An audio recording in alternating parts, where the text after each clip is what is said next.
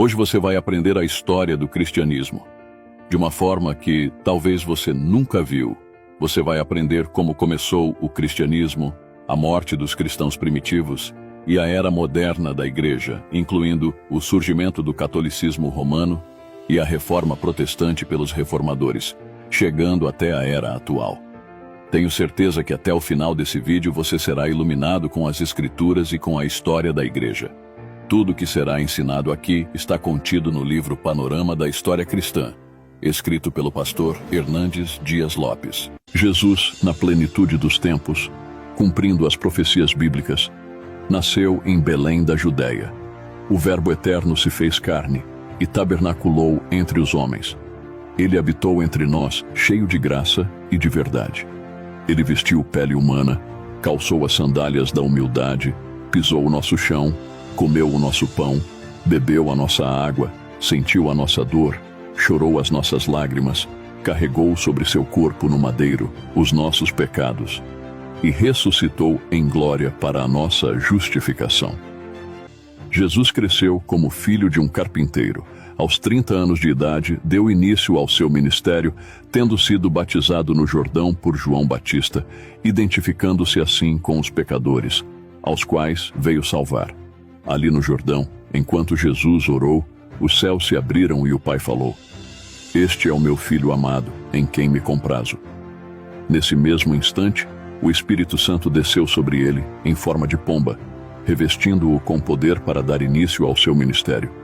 Do Jordão, Jesus foi conduzido ao deserto pelo Espírito Santo, onde jejuou por 40 dias e 40 noites, tempo em que foi tentado pelo diabo. Por 3 vezes o diabo investiu contra Jesus para derrubá-lo, mas o Filho o venceu no deserto, usando sempre a espada do Espírito, a palavra de Deus. Do deserto, Jesus, cheio do Espírito Santo, seguiu para a Galileia.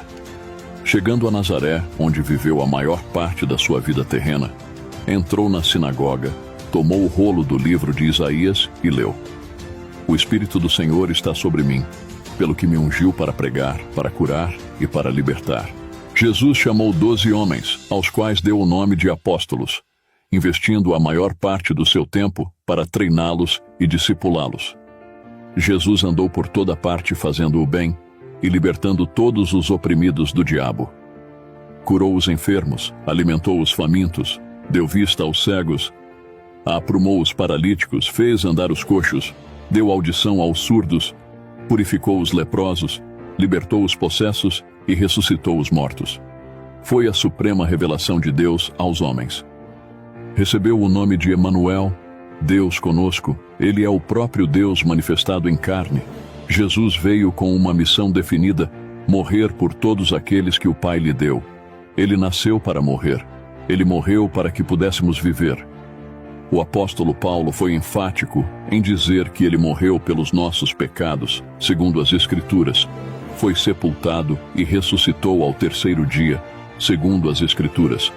Sua morte não foi um acidente nem sua ressurreição, uma surpresa. O diabo usou diversos artifícios para demovê-lo da cruz, mas Jesus marchou para ela como um rei caminha para a coroação. Na cruz, Jesus esmagou a cabeça da serpente e triunfou sobre os principados e potestades, expondo-os ao desprezo. Na cruz, Jesus consumou a obra da redenção. Na cruz, ele nos libertou. A morte não pôde detê-lo.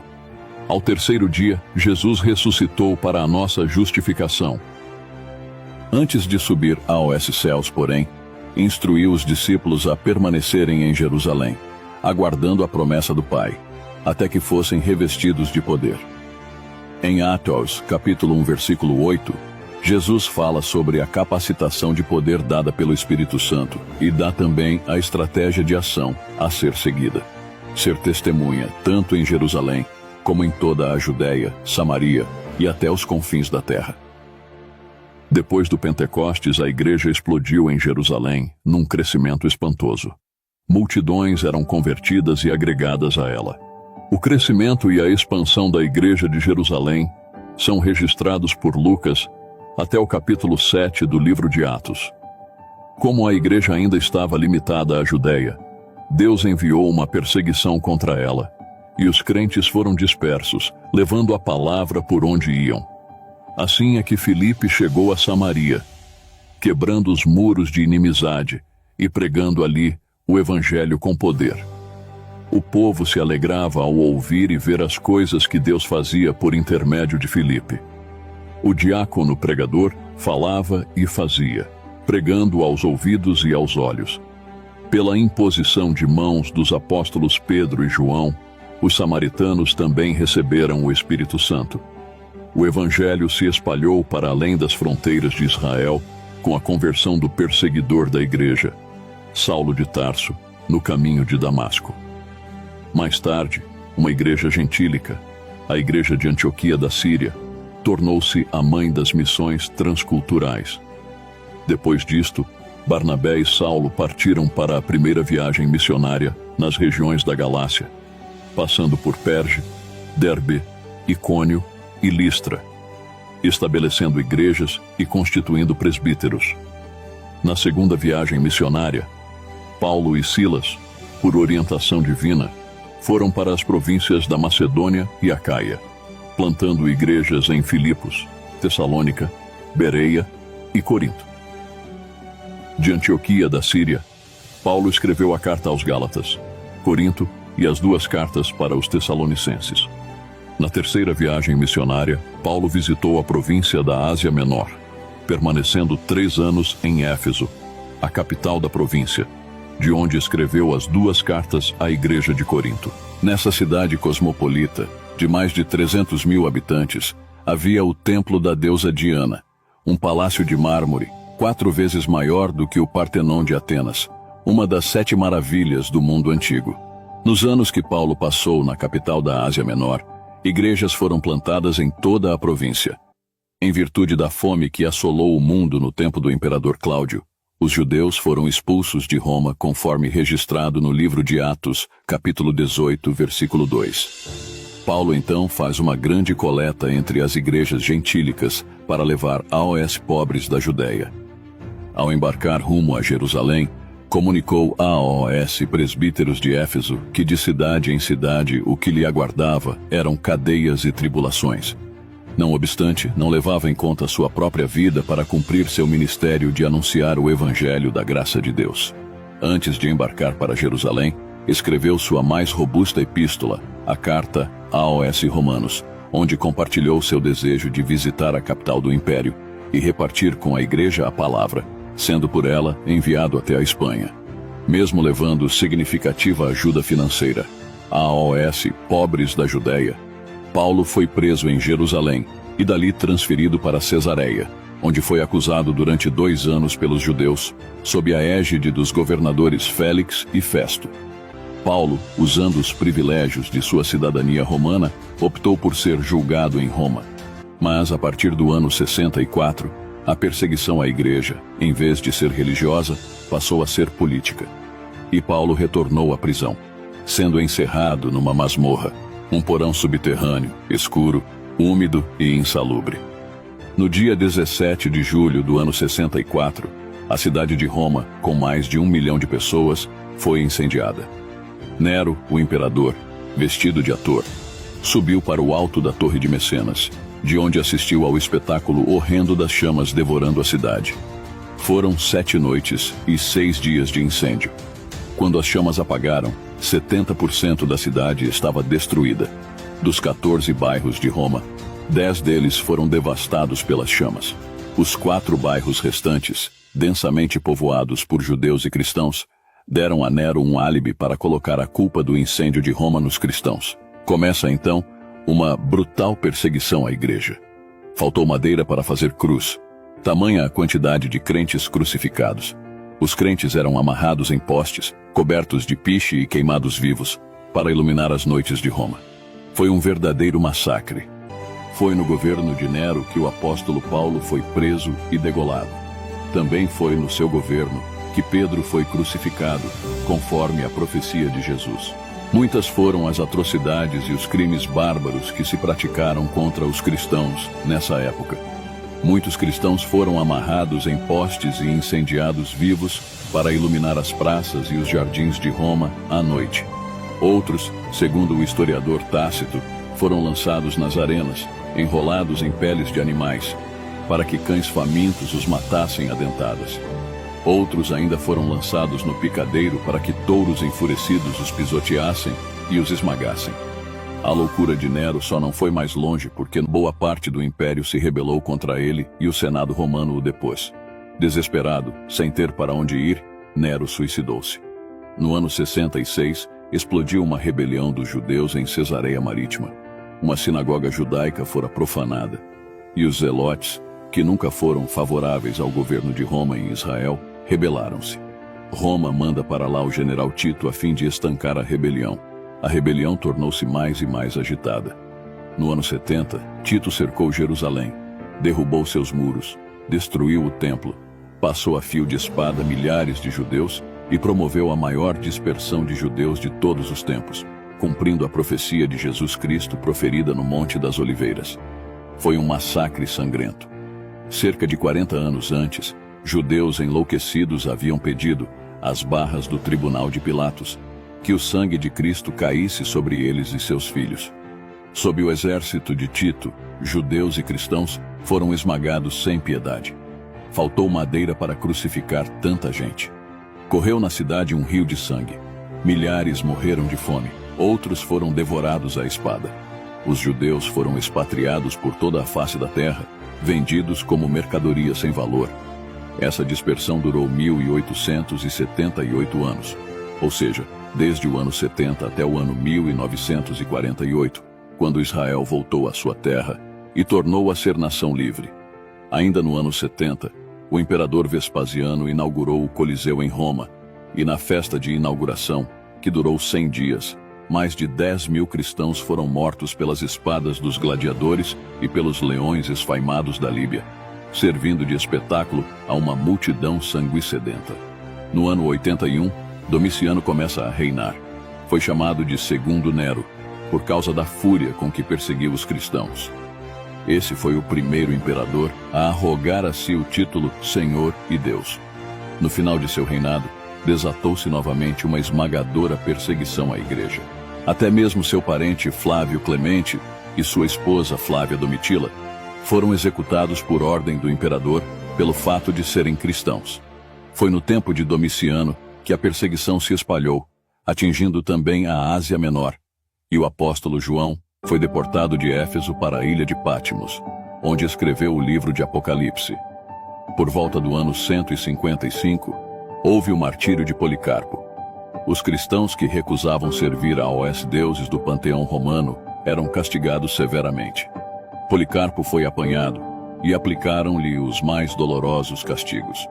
Ele, firme e resoluto, suportou todo o sofrimento. O juiz instou com ele para que jurasse pelo imperador e maldissesse a Cristo para ficar livre. Mas Policarpo, com bravura, respondeu: Vivi 86 anos servindo a Cristo e nenhum mal ele me fez. Como poderia eu maldizer ao meu rei que me salvou? Quando finalmente o juiz o ameaçou, primeiro com feras e depois a ser queimado vivo, Policarpo respondeu que o fogo que o juiz podia acender duraria somente um momento, mas o fogo do castigo eterno jamais se apagaria. Atado já em meio à fogueira, antes que as chamas o devorassem, ergueu placidamente os olhos aos céus e agradeceu o privilégio de morrer como mártir. No ano 161, Marco Aurélio assumiu o trono, governando até o ano 180. No seu reinado, houve dura perseguição aos cristãos, por causa da tenacidade com que recusaram dobrar-se aos deuses pagãos. Um dos martírios que mais causou impacto em Roma foi o da viúva Felicidade e seus 7 filhos. Ela e sua família foram denunciadas a público para o prefeito da cidade, que com ameaças procurou induzi-la a renegar Cristo. Ela corajosamente declarou que o prefeito estava perdendo seu tempo. Mesmo sob assombrosas ameaças, ela lhe disse: Viva, eu te vencerei. Se me matares em minha própria morte, vencer-te-ei ainda mais.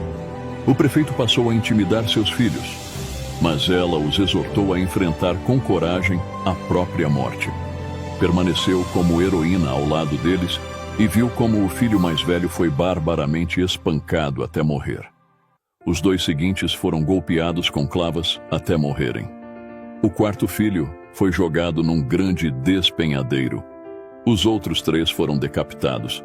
Então Felicidade, no meio de seus mortos, glorificou a Deus por ter lhe dado 7 filhos dignos de sofrer por Cristo. Por fim, depois de prolongada e cruel tortura, ela também foi decapitada. Nesse tempo também foi martirizado Justino, um dos maiores pensadores cristãos de todos os tempos. Milhares de cristãos foram presos, asfixiados e assassinados com requintes de crueldade.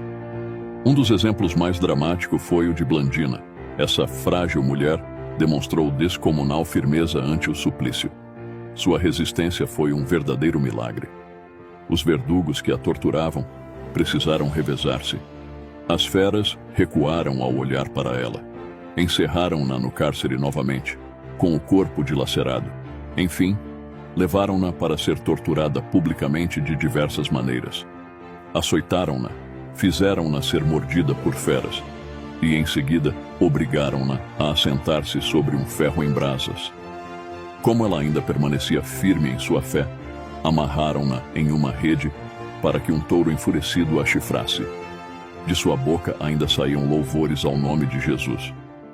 Então, as autoridades ordenaram que ela fosse decapitada. Nos albores do 3º século, o imperador Septímio Severo, com o propósito de consolidar o poder de Roma, propôs deter o avanço do judaísmo e do cristianismo. Consequentemente, proibiu, sob pena de morte, qualquer conversão ao judaísmo e ao cristianismo. Todo cristão que se negasse a sacrificar aos deuses sofreria condenação sumária e inapelável. O edito, proclamado no ano 202, marcou o início de um novo fato na história das perseguições. Foi nessa época que Ireneu foi martirizado, e milhares de cristãos selaram sua fé com o próprio sangue. Foi também nesse tempo que Perpétua, mulher jovem e de boa posição social, amamentando seu filhinho, sofreu com rara bravura o martírio. Seu pai tentou convencê-la a abandonar a Cristo e poupar sua vida. Ela recusou terminantemente. Quando os carcereiros a viram queixar-se das dores de parto, pois dera à luz na prisão, perguntaram como teria coragem de enfrentar as feras. Ela respondeu: Agora os meus sofrimentos são só meus. Quando tiver de enfrentar as feras, Jesus sofrerá por mim, posto que estarei sofrendo por ele. Após ter a carne rasgada pelos chifres de uma vaca furiosa, disse: Este não é um momento de luto, mas de glória. No ano 249, Décio cingiu-se com a púrpura imperial, disposto a restaurar a velha glória de Roma. A economia do império estava em crise e as tradições em baixa. O povo havia abandonado o culto de seus deuses. O imperador acreditava que, se todos os súditos do império voltassem a adorar os deuses, estes voltariam a favorecer o império. Este foi o cerne da política de Décio. Tudo o que se opunha a esse plano imperial era traição e falta de patriotismo. Ele não queria mártires, queria patriotas subservientes, queria apóstatas. Por mandato imperial, todos tinham de se curvar diante dos deuses de Roma e incensar o imperador como uma divindade. Alguns cristãos fraquejaram diante da pressão. Outros resistiram por algum tempo e depois também sucumbiram. Muitos, porém, suportaram com desassombro torturas cruéis e morreram como mártires. Nesse tempo, a perseguição tornou-se sistemática e universal. A avalanche só não foi mais devastadora porque o governo de Décio durou apenas 3 anos. Entretanto, foi no fim do 3º século que desabou sobre a Igreja a maior e mais perversa perseguição, sob o governo de Diocleciano. Este, no ano 303, lançou um edito ordenando a queima de todos os edifícios e livros cristãos. Os cristãos foram privados de sua dignidade e de seus direitos civis. Ele ainda ordenou que todos os líderes cristãos fossem encarcerados. Presos os líderes, todos os cristãos deveriam, sob pena de morte, sacrificar aos ídolos de Roma. Assim, por causa de sua fé, os cristãos sofreram torturas e suplícios horrendos. Essa brutal e sangrenta perseguição só teve fim com a promulgação por Galério do Edito de Tolerância, no dia 30 de abril do ano 311. Logo foram abertos os cárceres e as pedreiras, e deles brotou uma torrente humana de pessoas aleijadas, arrebentadas e tortas, mas exultantes e com a face brilhando de fulgor pela glória de Deus. Apenas no ano 313, Constantino proclamou o Edito de Milão, fazendo cessar a perseguição aos cristãos e devolvendo-lhes igrejas, cemitérios e outras propriedades que haviam sido confiscadas. Assim terminou o período de tirania e truculência. Contudo, mesmo sob a chibata e a espada, a igreja cresceu. Como disse Tertuliano, o sangue dos mártires tornou-se a seiva para a sementeira do evangelho. A perseguição, longe de fazer a igreja recuar, tornou-a mais ousada. Longe de destruí-la, fez com que se multiplicasse. Mesmo com tanta perseguição, a igreja nunca parou de crescer. Quanto mais matava cristãos, mais cristãos surgiam. Deus sempre foi proporcionando crescimento para a igreja. Ocorre que, a partir de Constantino Imperador Romano, o cristianismo deixou de ser uma religião perseguida para ser a religião oficial do Império Romano. Os cristãos, em vez de perseguidos, eram privilegiados. Em vez de expoliados, eram ajudados. Agora, a porta de entrada da igreja não era mais a conversão, mas a conveniência. Antes, confessar o nome de Cristo era expor a vida ao martírio. Agora, significava projeção e segurança. Antes, ser cristão provocava a fúria dos imperadores romanos. Agora, arrancava seus aplausos. A declaração do cristianismo como religião oficial do Império Romano certamente teve algumas vantagens, tais como o rápido crescimento numérico da igreja, a isenção de encargos públicos ao clero, a proibição de oferta de sacrifícios pagãos em casas particulares. A igreja recebeu privilégios de pessoa jurídica, podendo assim receber doações e legados. Proibiu-se nas cidades o trabalho dominical. Fizeram-se donativos ao clero e erigiram-se grandes igrejas nas principais cidades do império. Os bens saqueados dos cristãos nos tempos de perseguição foram devolvidos. Também se iniciou a construção de cemitérios cristãos. Contudo, é certo dizer que a decisão de declarar o cristianismo religião oficial do império também teve trágicas consequências para a igreja, como, por exemplo, a sua rápida paganização. A porta de entrada da igreja deixou de ser a conversão para ser a conveniência. Muitas pessoas vinham para a igreja não porque estavam convencidas de seus pecados, não porque haviam recebido a Cristo como Senhor, mas por causa das benesses que recebiam. Ainda, ao vir para a igreja, traziam toda a bagagem de paganismo politeísta. Não tardou para que a igreja fosse contaminada com heresias perniciosas, perdendo paulatinamente sua identidade de igreja cristã, fiel a Jesus e ao ensino dos apóstolos.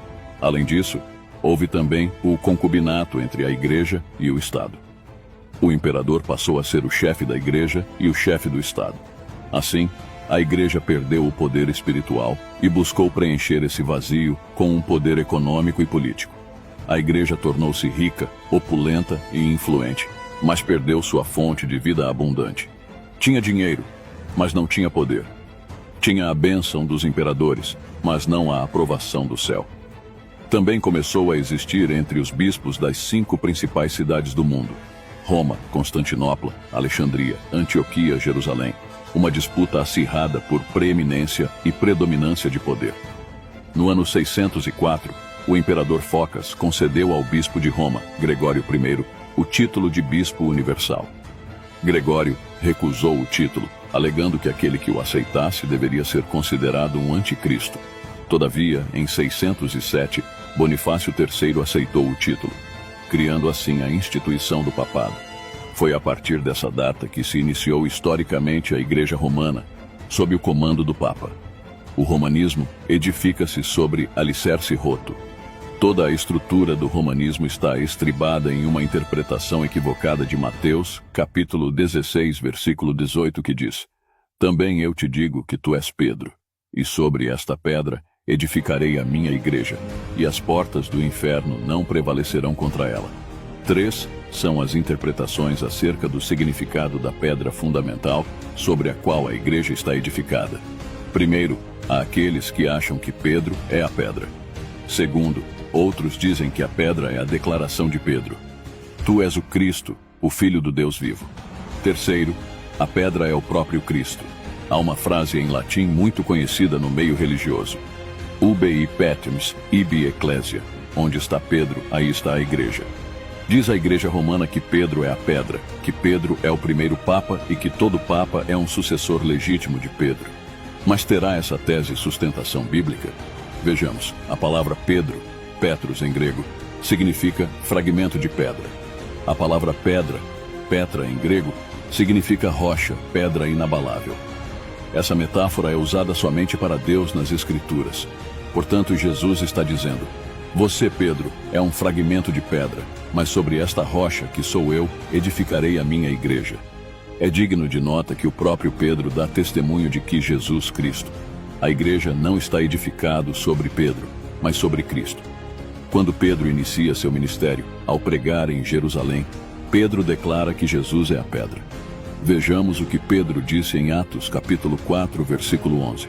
Disse Pedro: ele é a pedra que foi rejeitada por vós, os edificadores, a qual foi posta por cabeça de esquina.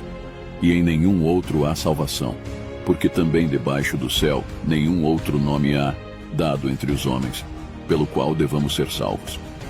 Quando o apóstolo Pedro escreve sua primeira carta, já no final de seu ministério, faz a mesma declaração, dizendo que Jesus é a pedra. Vejamos, 1 Pedro, capítulo 2, a partir do versículo 4. Disse Pedro: e chegando-vos para ele, pedra viva, reprovada na verdade pelos homens, mas para com Deus eleita e preciosa, vós também, como pedras vivas, sois edificados casa espiritual e sacerdócio santo, para oferecer sacrifícios espirituais agradáveis a Deus por Jesus Cristo. Por isso também na Escritura se contém: eis que ponho em Sião a pedra principal da esquina, eleita e preciosa, e quem nela crer não será confundido. O apóstolo Paulo, inspirado pelo Espírito Santo, diz que ninguém pode lançar outro fundamento além daquele que já foi posto, o qual é Cristo Jesus. Vejamos. 1 Coríntios capítulo 3, versículo 11 diz: porque ninguém pode pôr outro fundamento além do que já está posto, o qual é Jesus Cristo. Paulo também afirma, outro sim, que Cristo é a pedra. Vejamos. 1 Coríntios capítulo 10, versículo 4, que diz: e beberam todos de uma mesma bebida espiritual, porque bebiam da pedra espiritual que os seguia, e a pedra era Cristo. Paulo também escreveu para os irmãos de Efésios, dizendo que Jesus Cristo é a pedra angular. Vejamos. Efésios capítulo 2, versículo 20, que diz: edificados sobre o fundamento dos apóstolos e dos profetas, de que Jesus Cristo é a principal pedra da esquina.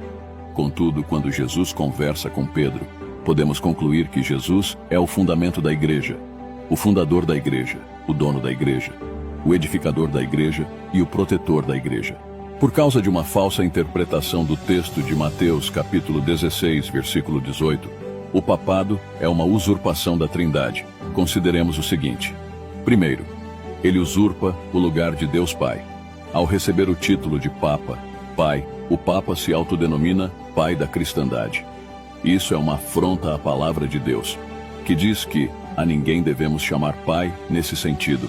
Vejamos Mateus capítulo 23, versículo 9.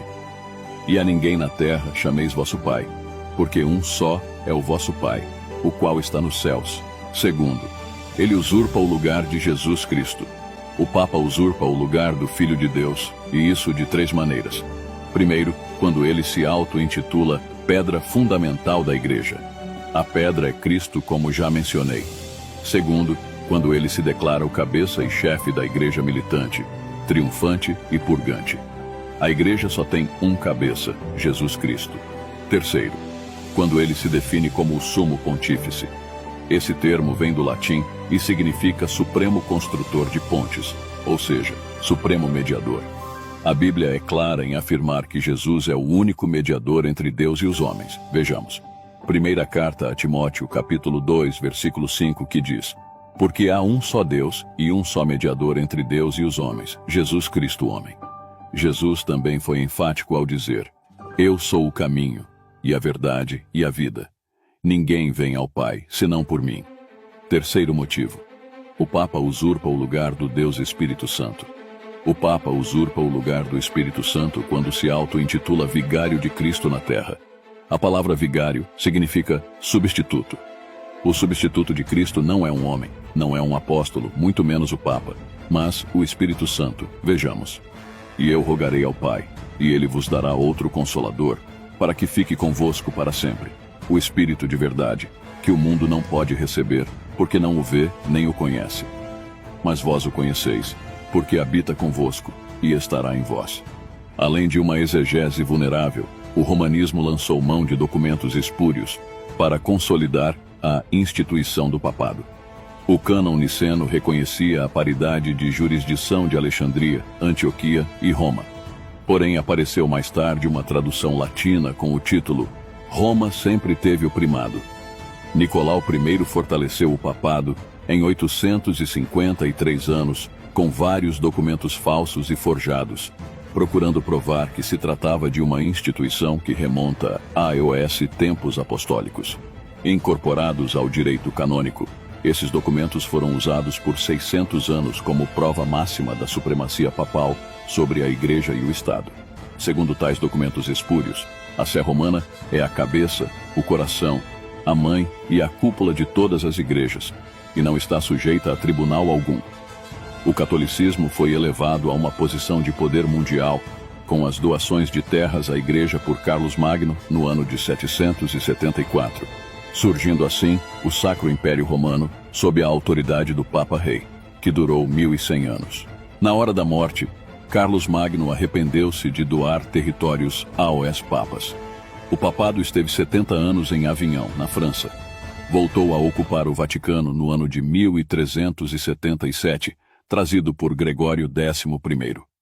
Vítor Emanuel derrotou as tropas do Papa, pondo fim ao Sacro Império Romano no dia 20 de setembro de 1870. Os papas ficaram confinados no Vaticano até o ano de 1929, quando Mussolini e Pio, no Tratado de Latrão, legalizaram o Estado religioso do Vaticano. Além de usurpar o lugar da Trindade, os papas, muitas vezes, lutaram com mão de ferro para perseguir aqueles que professavam uma fé genuína nas Escrituras, assim como os fariseus na época de Jesus. No ano 1208, exterminaram os cristãos albigenses na França. Na Espanha, foram mais de 300.000 martirizados e mais de 2 milhões banidos. Carlos I, do ano 1500 a 1550, eliminou, por ordem do Papa, 50.000 cristãos alemães.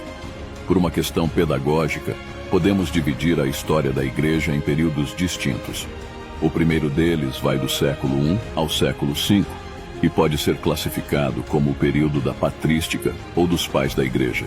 Tivemos nesse período homens piedosos que viveram com poder a vida cristã. Entre eles, citamos Inácio, Policarpo, Justino, Orígenes, Ireneu, Clemente de Alexandria, Tertuliano e Agostinho. Na época dos pais da Igreja, tivemos o importante período dos grandes concílios, basicamente empenhados em grandes batalhas cristológicas. No ano 325, aconteceu o primeiro concílio geral da Igreja, quando Atanásio refutou as ideias heréticas de Ário, reafirmando a doutrina insofismável da divindade de Cristo. No ano 381, no Concílio de Constantinopla, a Igreja reafirmou a doutrina da perfeita humanidade de Cristo.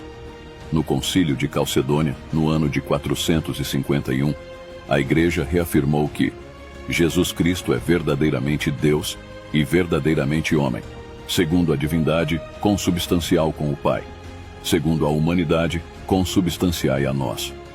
Ali ficava confirmada a doutrina da natureza teantrópica, ou seja, a natureza divino-humana de Jesus Cristo. Foi, porém, no ano 416, no Sínodo de Cartago, que o maior expoente da Igreja nesse período, Agostinho de Hipona, derrubou uma das grandes heresias que graçavam na Igreja, disseminada por Pelágio. Pelágio pregava que Adão fora criado mortal, que o pecado de Adão só havia contaminado a si próprio, e não a raça humana, que as crianças estão no mesmo estado de Adão antes de pecar e que o homem tem pleno poder de observar a lei. Agostinho, firmado na palavra de Deus, reafirmou a doutrina bíblica da depravação total do homem e de sua absoluta incapacidade em ser salvo sem a operação soberana da graça de Deus. Chamo a atenção para o fato de que nem sempre a decisão conciliar de uma igreja resolve o problema efetiva e eficazmente nas bases. No Concílio de Nicéia, no ano 325, Atanásio triunfou sobre as teses heréticas de Ário, reafirmando que Jesus Cristo é coigual, coeterno e consubstancial com o Pai. Mas o que se vê depois é o ressurgimento e a propagação da heresia ariana no meio da igreja. O próprio imperador Constantino, mais tarde, curva-se aos postulados de Ário. Um segundo período na história da igreja vai do século V ao século XV, também chamado de Idade Média, Escolástica ou Idade das Trevas. Nesse milênio tenebroso, a palavra de Deus permaneceu inacessível ao povo. Foi um tempo de ascensão e fortalecimento do papado. O Papa tornou-se soberano na economia, na política e na religião. A igreja corrompeu-se e apartou-se da simplicidade e pureza do Evangelho. Heresias gritantes foram introduzidas na igreja, tais como a oração pelos mortos, o sinal da cruz, o uso de velas, a veneração dos anjos e santos falecidos, o uso de imagens de escultura como objetos de veneração, a missa como sacrifício incruento de Cristo, a exaltação de Maria como Mãe de Deus, imaculada, intercessora, mediadora, corredentora, Rainha do céu, a extrema unção, o purgatório, a adoração da cruz, de imagens e relíquias, a água benta, a canonização dos santos mortos, o celibato, o rosário, a Inquisição, a venda de indulgências, a transubstanciação, a confissão auricular, a adoração da hóstia, a proibição da Bíblia aos leigos, a proibição do cálice ao povo na comunhão, a doutrina dos 7 sacramentos e muitos outros desvios doutrinários.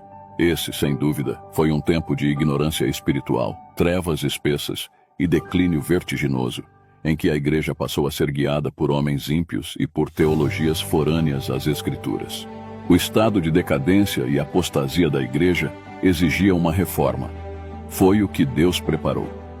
Muitas vezes, quando os homens pensam que a igreja está falida, arruinada, reduzida a cinzas, o Senhor olha do céu, sopra sobre ela um alento de vida e coloca seu povo de pé. Ele sempre continua soprando seu espírito no vale de ossos secos, levantando daí um exército. Na verdade, Deus nunca deixa de ter na terra um remanescente fiel, uma lâmpada acesa na história. Há os que nunca se dobraram a Baal. Assim, começamos a ver a preparação de Deus para o maior mover do Espírito no meio da sua igreja depois do Pentecostes, desembocando na Reforma. Nos séculos XIV e XV surge, no norte da Itália, o movimento cultural da Renascença, que foi uma desvinculação da economia, das artes, da ciência, da política e da religião da tutela de Roma. O controle absoluto que a Igreja de Roma tinha foi enfraquecendo e os homens começaram a libertar-se do cativeiro da Igreja de Roma. Houve também, fruto da Renascença, uma volta aos clássicos, e assim o povo começou a estudar o Novo Testamento no grego original, verificando quantas distorções haviam sido introduzidas no cristianismo. Fato igualmente importante foi a invenção da imprensa por Johannes Gutenberg, em 1450, possibilitando a impressão de grande número de exemplares da Bíblia e outras obras escritas pelos reformadores. 5. Foram as áreas básicas que a Renascença tocou, abalando assim o domínio absoluto da Igreja e rompendo a sua tutela.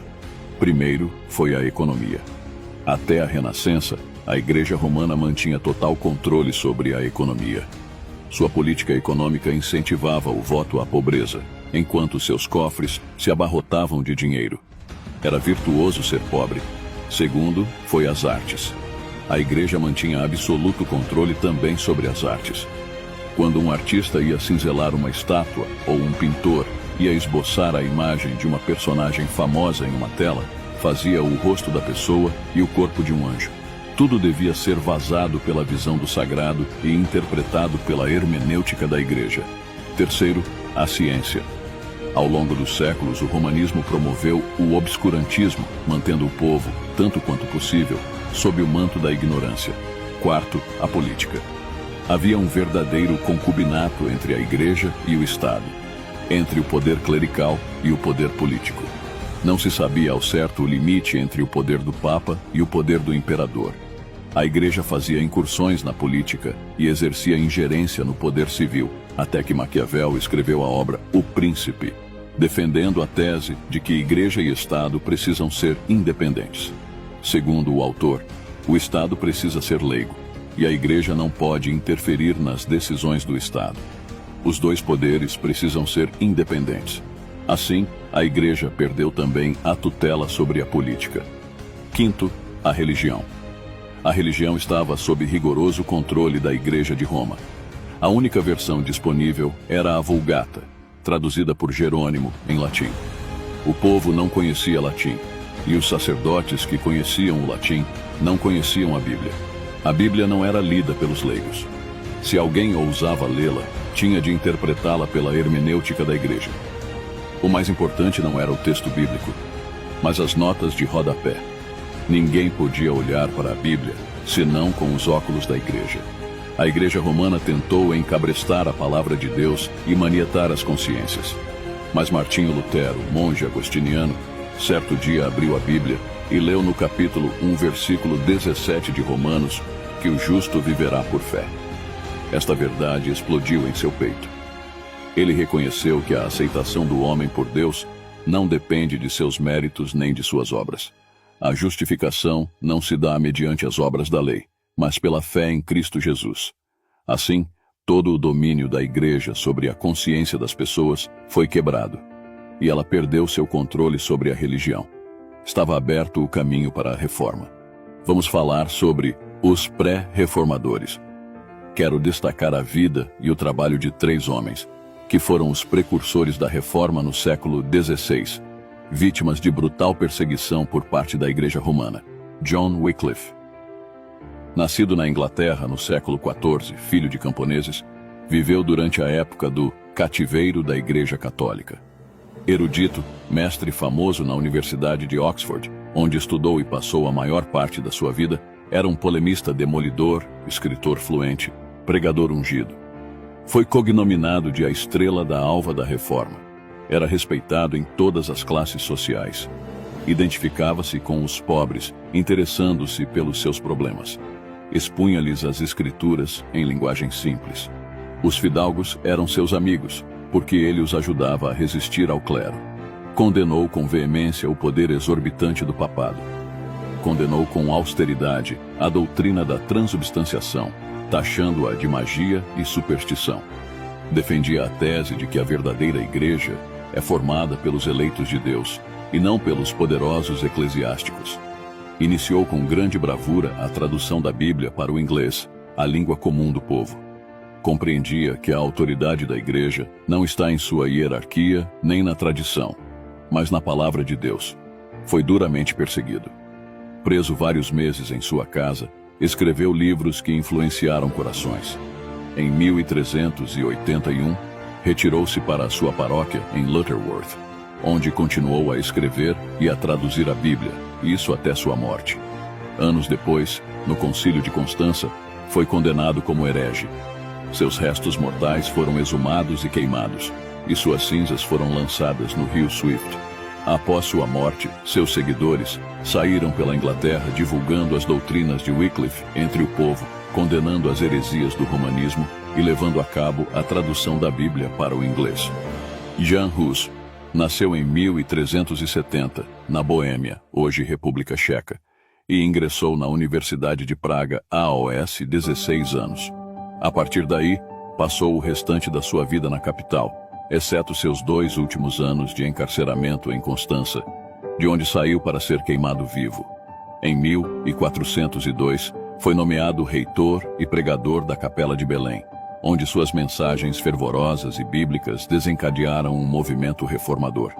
No mesmo ano, ocupou a reitoria da universidade, o que favoreceu o avanço dos ideais da reforma. Na sua pregação, condenava os abusos da Igreja Católica Romana e conclamava o povo a voltar-se para a Bíblia e suas verdades práticas. As obras de Wycliffe caíram nas mãos de Hus e muito o influenciaram. Ele continuou a pregar com desassombro e poder. Vieram ordens expressas do Papa para que Hus deixasse de pregar. mas ele tomou a decisão de não atendê-lo e continuou pregando. Outras ordens vieram e Jan Hus não as acatou. Foi convocado para ir a Roma e, por não ter ido, foi excomungado. Jan Hus continuou pregando e defendendo que a autoridade final da igreja é a Bíblia e não o clero. Combateu a heresia das indulgências. Foi excomungado novamente em 1412 por não ter comparecido diante da corte papal. Por causa da perseguição, precisou mudar-se para o sul da Boêmia, onde continuou a escrever e a pregar. Mais tarde foi convidado a comparecer ao concílio de Constança para se defender. Pediram que ele se retratasse de suas doutrinas evangélicas. Em razão da sua posição irredutível, Jan Hus foi preso em sua casa, no palácio do bispo, e depois em vários conventos. Na prisão, castigaram-no com escassez de pão, na esperança de que retrocedesse em suas posições, mas Hus com bravura declarou: apelo a Jesus Cristo, o único juiz todo-poderoso e totalmente justo. Em suas mãos, deponho a minha causa, pois ele há de julgar cada um, não com base em testemunhos falsos e concílios errados, mas com base na verdade e na justiça. Por fim, no dia 6 de julho de 1415, depois de grande escárnio, queimaram seus livros e levaram-no para a fogueira. No suplício da fogueira, Jan Hus morreu clamando misericórdia a Deus pelos seus inimigos e cantando salmos. Em meio às chamas, Jan Hus profetizou: hoje vocês estão matando um ganso, Hus, mas em breve Deus levantará uma águia, Lutero, e a ela vocês não poderão matar. Depois da morte desse mártir do cristianismo, a perseguição romana tornou-se ainda mais cruel, o que contribuiu para o crescimento e o fortalecimento dos princípios evangélicos no meio do povo checo.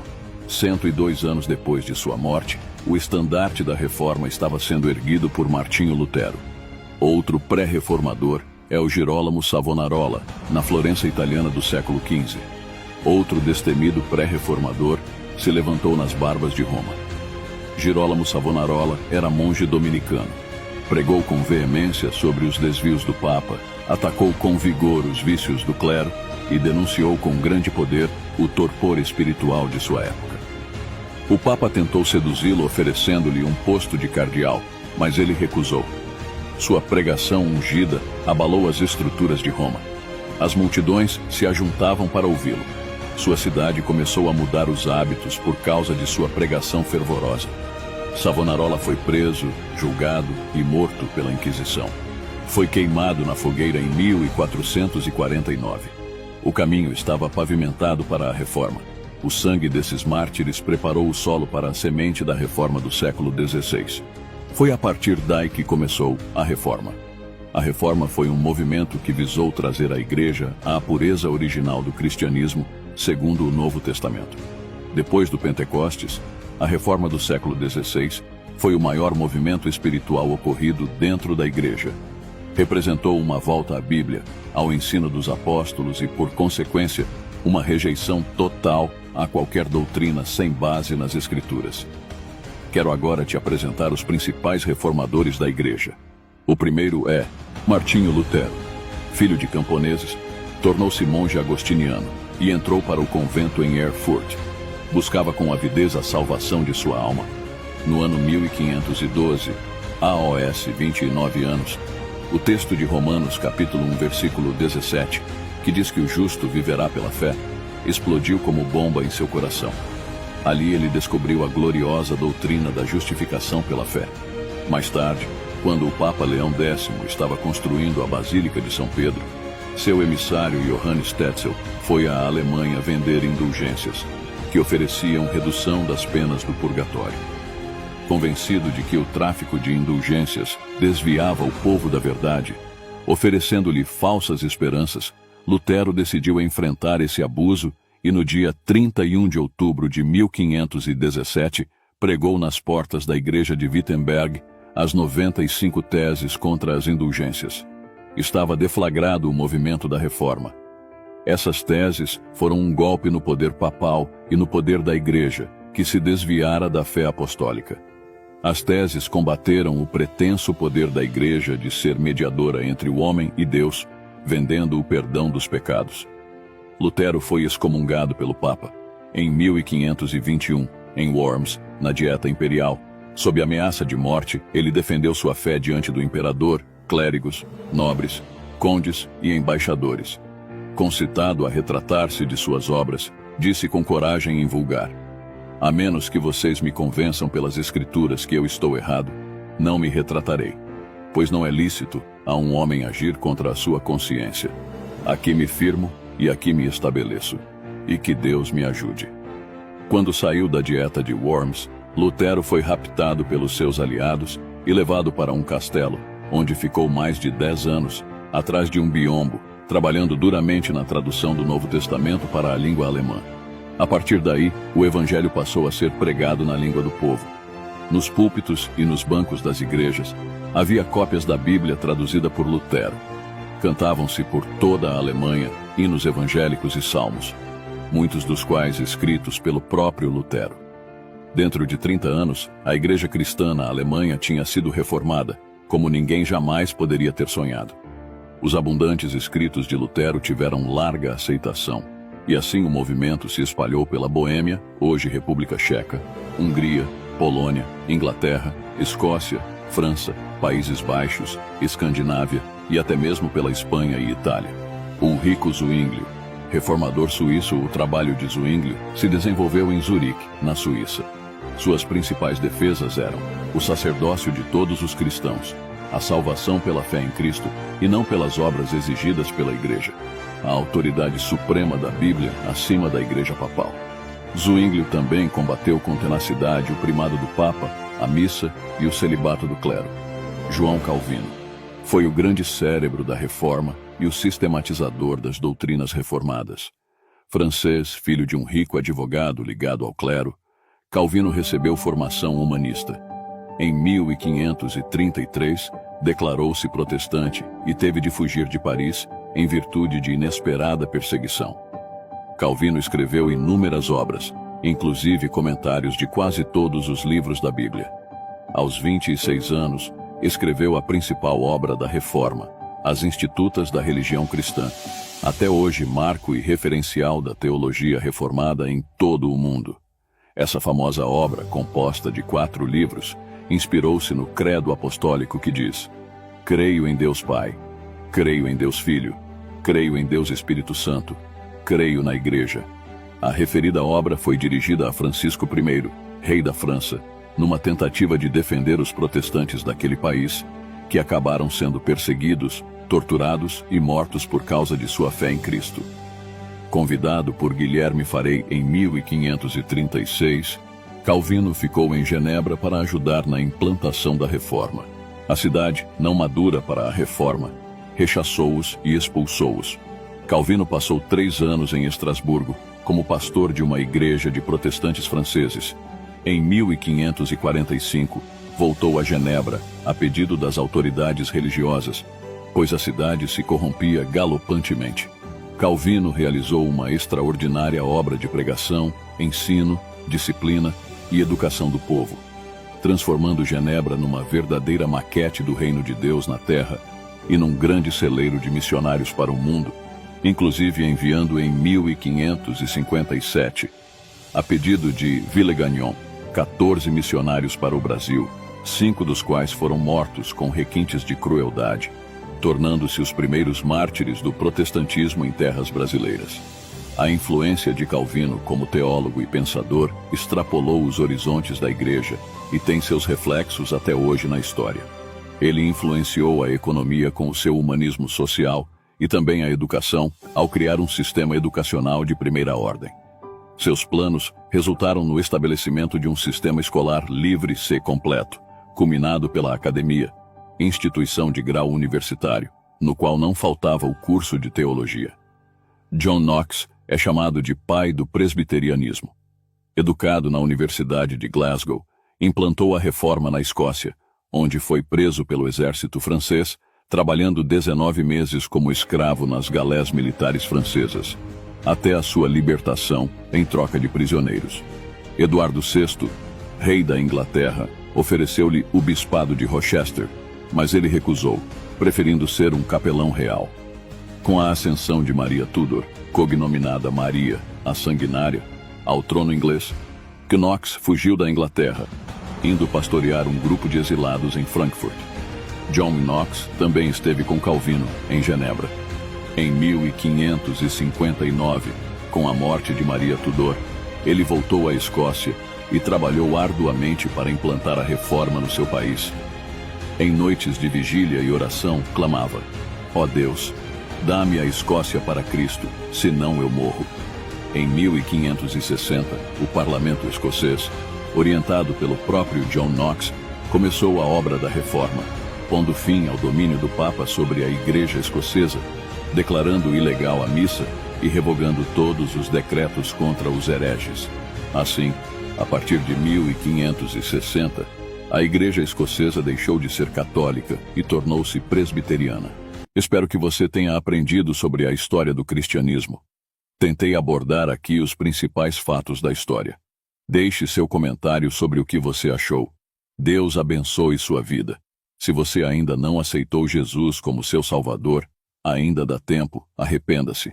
Ele pode mudar seu futuro, sua história. Ele pode tirar de você toda tristeza, toda solidão e te proporcionar o que você precisa. Entra no teu quarto, fecha a porta e fala com Deus. Ele vai te ouvir. Deus abençoe. Se você gostou do vídeo, não esqueça de curtir e se inscrever no canal.